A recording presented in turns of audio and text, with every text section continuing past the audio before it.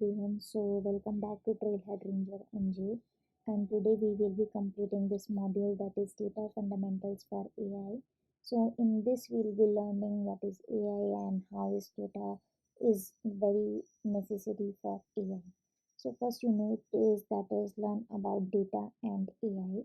So, if you have gone through this unit, it is mostly talking about that what is data. Data is generally a collection of facts, figures, and stats, and how it is important.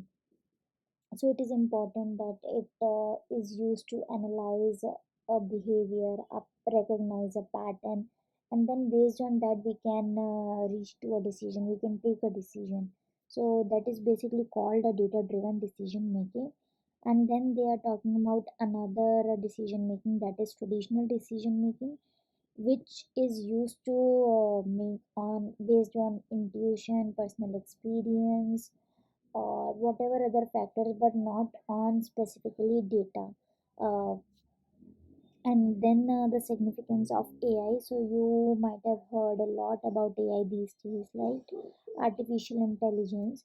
So it enables machine to perform certain tasks. It enables them to generate or predict something based on data again.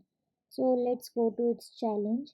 First is that is what's the difference between data driven decision making and traditional decision making.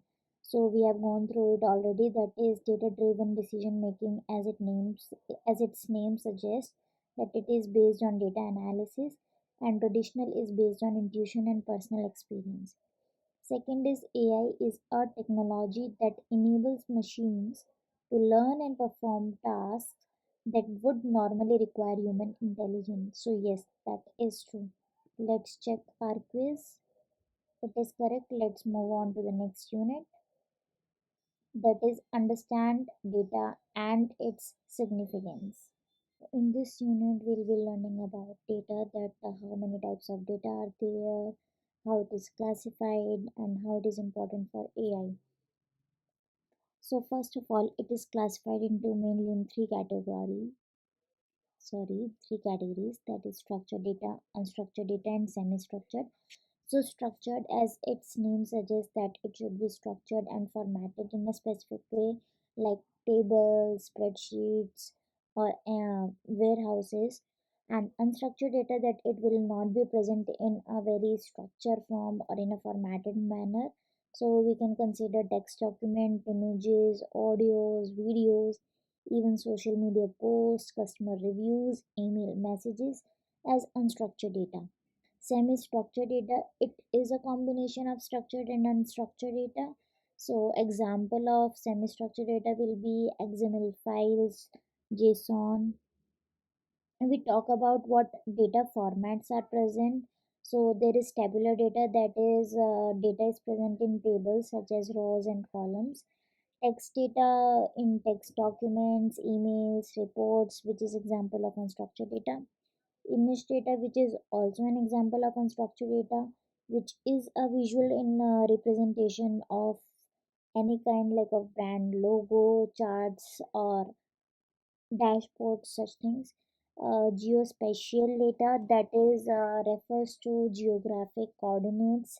um, and if we talk about time series data, it contains information over a period of time, like stock prices of past year, such things. Then we talk about types of data. There are two types of data. Earlier we have talked about classification of data, and this is types of data, that is quantitative and qualitative. Quantitative, as its name suggests, that it should be in quantity, that it should be measurable. We should be able to present that data in a numerical form. And qualitative, that it should not be able to present in a numerical form, but it should be related to quality, that we should be able to use adjectives in those. It includes text, images, videos, social media posts, such things. And then there are data collection methods. First, and in data collection methods, we need to identify the data sources. So data collection is very important. So if we need to define data collection, that what is data collection, it is a collection of data from data sources. Data labeling, we need to assign labels, tags to data so that we can identify it, and it is easy, and then it will be easily searchable.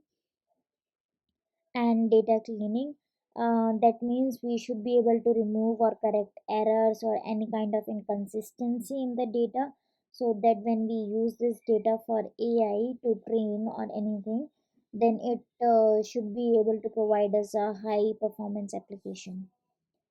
And then there are other techniques using which we can collect the data, using surveys with customers or businesses, interviews, observations, web scraping. Web scraping is that is collecting data from websites.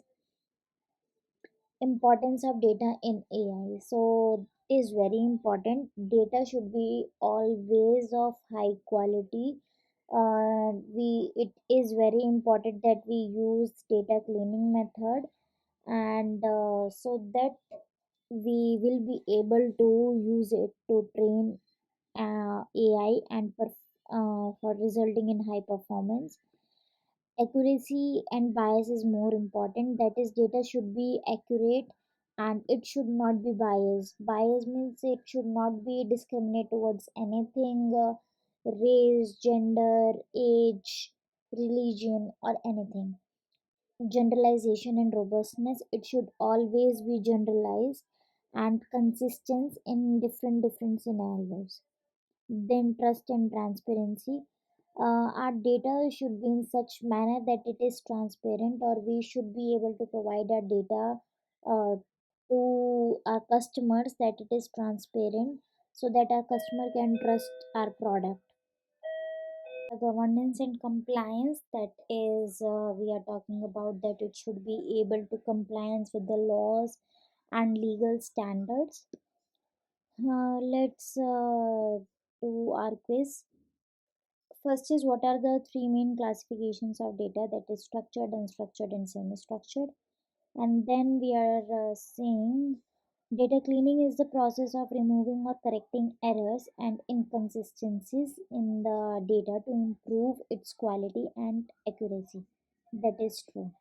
Let's check it. Yes. Let's move on to the next unit, that is discover AI techniques and application. In this unit, we are talking deeply about artificial intelligence. So, mainly, first of all, it can define into these various components such as machine learning, which is generally uses algorithm to generate predictions. Then deep learning, which uses different type of algorithm that's called neural network, which find association between a set of inputs to generate an output. Natural language processing, which takes input as a human like language and then generate human like responses such as chatbot. Computer vision is, that is interpret machines that interpret visual information, that is computer vision. And robotics generally perform physical tasks. So these are not much important. And then if we talk about predictive versus generative AI, predictive in short is based on data, it predicts something, it predicts the output. But generative AI is based on data, it generates output. Output each and every time will be different, but in prediction case it will be mostly the same. Um, So yeah, let's go to the quiz. That is, what's the main difference between machine learning and traditional programming? Machine learning uses algorithm to learn from data and make predictions, while traditional follows a predefined set of rules. That is the correct one. Second is, Chat GPT is a language model that can generate human-like text. Yes. So let's go to the last unit, that is no data ethics, privacy, and practical implementation. We are talking about ethics, privacy, and practical implementation. So we all are aware that is privacy and protection of users' data, customers' data is very important. So we need to be always aware of that is violations not happening, data is not biased, should not be any kind of data breaches. So there are legal regulatory frameworks for data and AI. Three important data protection laws and regulation, that is CCPA, California Consumer Privacy Act, HIPAA, Health Insurance Portability and Accountability Act, GDPR, General Data Protection Regulation. So these three are most important. If we go to the challenge, that is first, ensuring data privacy and confidentiality is only important at the data collection stage. No, it should be important at all stage. And what is GDPR? That is law in data protection law in US, I guess. Let's check it. European Union citizens. Okay. So that's how we have completed our data fundamentals for AI.